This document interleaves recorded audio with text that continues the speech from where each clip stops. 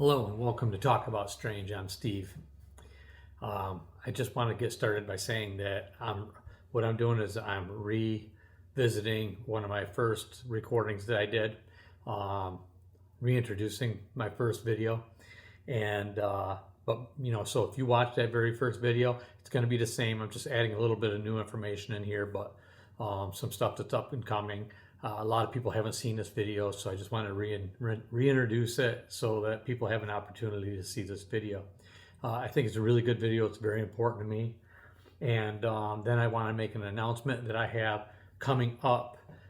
So when I was a little kid growing up, there was a gentleman that stayed with us. I grew up, actually my father built what turned out to be a nursing home, an adult care home.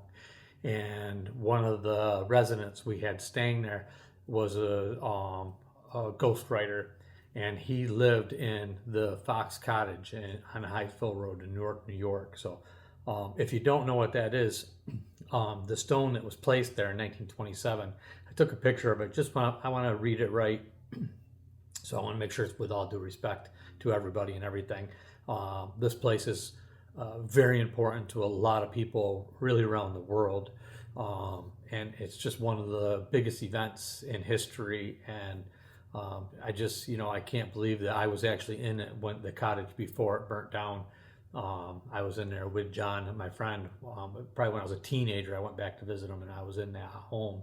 And he told me stories and told me about the house and showed me around. And so I have a memory of all that. So it's kind of important to me as well. So I want to make sure it's all honored. But this is the birthplace of the modern spiritualism. Upon this site stood the Hyattsville Cottage, the home of the Fox sisters, through whose mediumship communication with the spirit world was established. Again, I just want to make sure I get things right, correct, proper, out of respect. March 31st, 1848. There is no death, there are no dead. Okay, so this was placed there by M.E. Caldwell, December 5th. What is this, 5th? December 5th, 1927. But that stone as a memorial was put there. So this was just a really important place. So my plan is to get back there and get a tour. I did some walking around. I got a video coming up. I walked around it. I got some great video pictures, and I talk about the place and show some stuff. That's coming up, and then I'm hoping to get an opportunity to visit on the inside. I met recently a paranormal investigator that works with spirit boxes and such. So I'm hoping he's going to get the opportunity to go with me. He really wants to go there, and maybe we can see what we can find out, see if we can get any, communication or whatnot. So, I'm kind of hoping that my old friend will be there and we can communicate or something. So we'll see what happens with that. Anyway, so we're going to get back to that video that you're here to watch. I hope you enjoy it. Feel free to leave a comment, write a message, and I'll make sure I get back to you. So thank you very much. Enjoy. Here it comes right up next.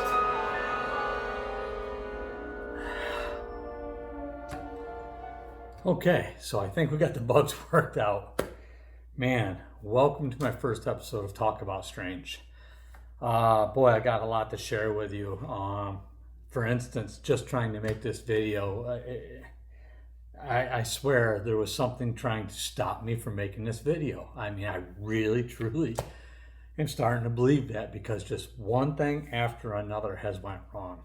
I'm really hoping that the video I'm shooting right now works out, because this is probably my maybe 8th attempt. I mean, 7th, 8th, 9th attempt. I don't know. I've lost track. The very first video I shot, now this is a Sony A7S III camera I'm shooting on. And I have my own film studio. I've been shooting and recording different stuff. I shot a wedding. I shoot commercials and stuff like that. And this is the very first time I shot something. I brought it over, put it on, loaded it on my Final Cut Pro. It started playing, and then the sound disappeared. So I was trying to figure out what happened to the sound, and then the picture disappeared. Never had it happen. I had to delete it, go back, re-upload it, and then it was just one thing after another from there. So I ended up shooting it again. I couldn't get the color up right. I shot in RAW, and then I shot it again and again. From that point, just lighting. I've been battling some flies in here that are bouncing off the ceilings, vacuuming them off the walls. I found out they're coming in through a crack in my garage door, just one after the other. I still got a few I'm battling here, but this has just been a real trial trying to make this. I've been 2 days trying to shoot this little 15-minute video. Well, it could be. Anyway, I don't want to rattle on too long. So let's talk about strange, right? That's the name of the channel, Talk About Strange. I never thought I'd shoot a video like this. This is very new to me. It's very different. And to be quite honest with you, it's uncomfortable. It's a little bit awkward. You spend your whole life, people tell you that, things that happen, ghosts, whatever, Bigfoot, aliens, none of it's real, right?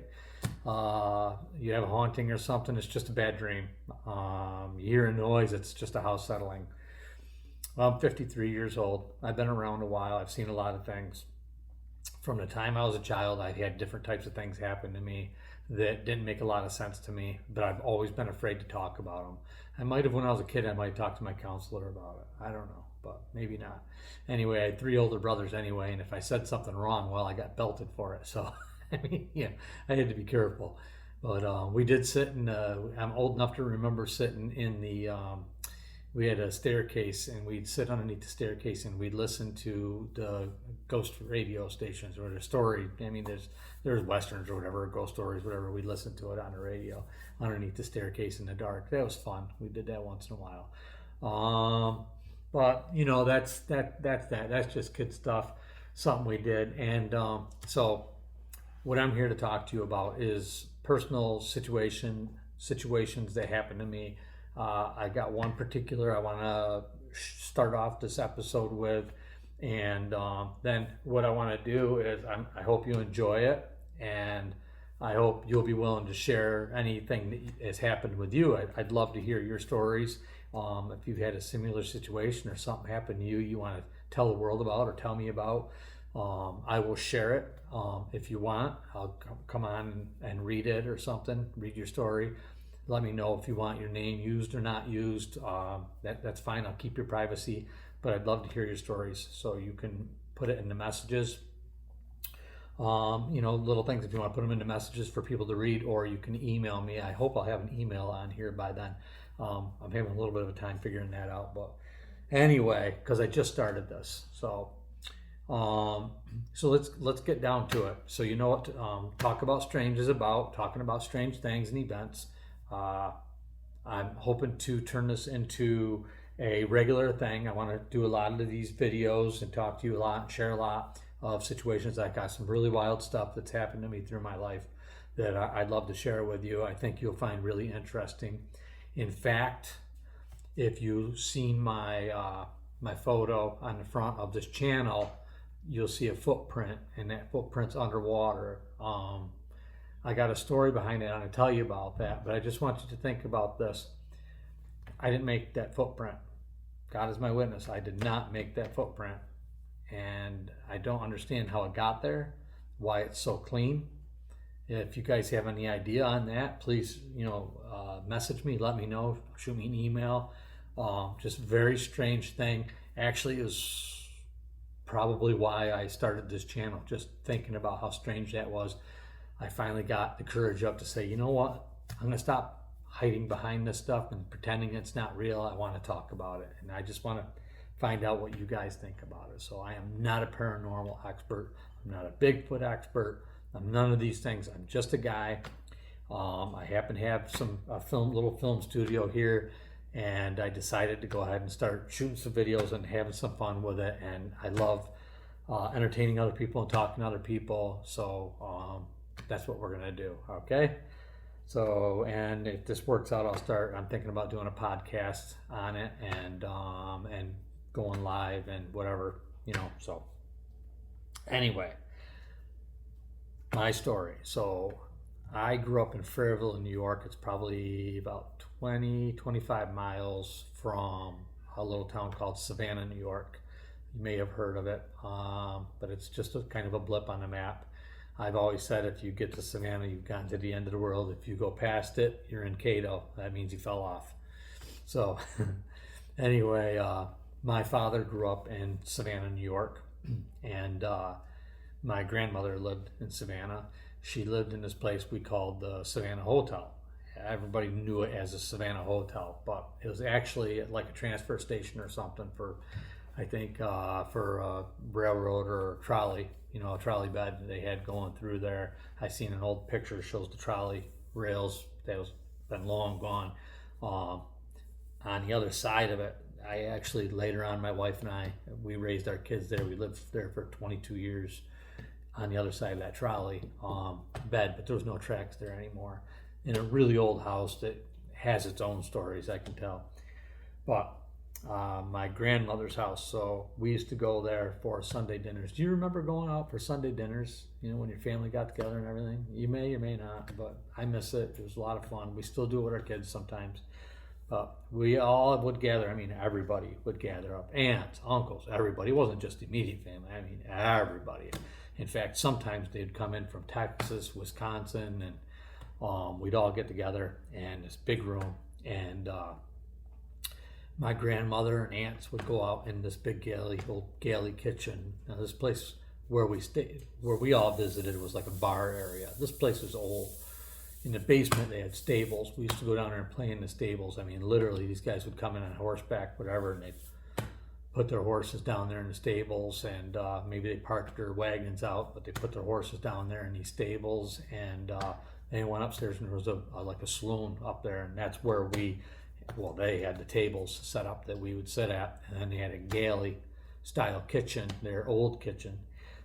Anyway, my grandmother would make pancakes for us all, pancakes, bacon, toast, oatmeal and toast, whatever, and just bringing out stacks of toast and buckets of oatmeal or whatever, stacks of pancakes, and we'd have Sunday, our Sunday brunch, whatever it was, and then we'd play, visit, whatever throughout the day, and sometimes stay to dinner time, and she would make big buckets of pasta, spaghetti. I mean, we'd have big things of sauce. Geez, I think the sauce was homemade, if I remember rightly. I don't remember ever seeing too many jars from a store there. I mean, my grandmother was old school, and I think most of that stuff was canned, maybe herself. Maybe they all got together and did that. I don't remember, but I remember she had this big old pantry full of canning jars. But anyway, we'd have pasta, and so it was a really good time. Anyway, good memories. So I'm hanging out with my cousins, and they're telling us about this little girl. And they talked about this quite often, but they talked about this little girl. They'd see a ghost at the top of the stairs. They'd hear her running back and forth, and every once in a while they'd look up there and they'd see her run by the stairway in this long blonde hair, white gown. And anyway, I guess the story went that they found her in the closet. I don't know what year it was. It was a long time ago, but I guess they found her in the closet, had curled up in a corner. If memory serves me right, she starved to death or whatever in there. I don't know. I don't remember if she was tied up or anything like that. I believe they said she was. I never really dove too far into it. It's just a memory that I remember now. And I've always remembered it. Anyway, so they were talking about this little girl, and they said they wanted to have a seance, talk to her, so see if they could conjure her up. And I'm probably 5, 6, 7 years old. I don't remember, something like that. I was really young.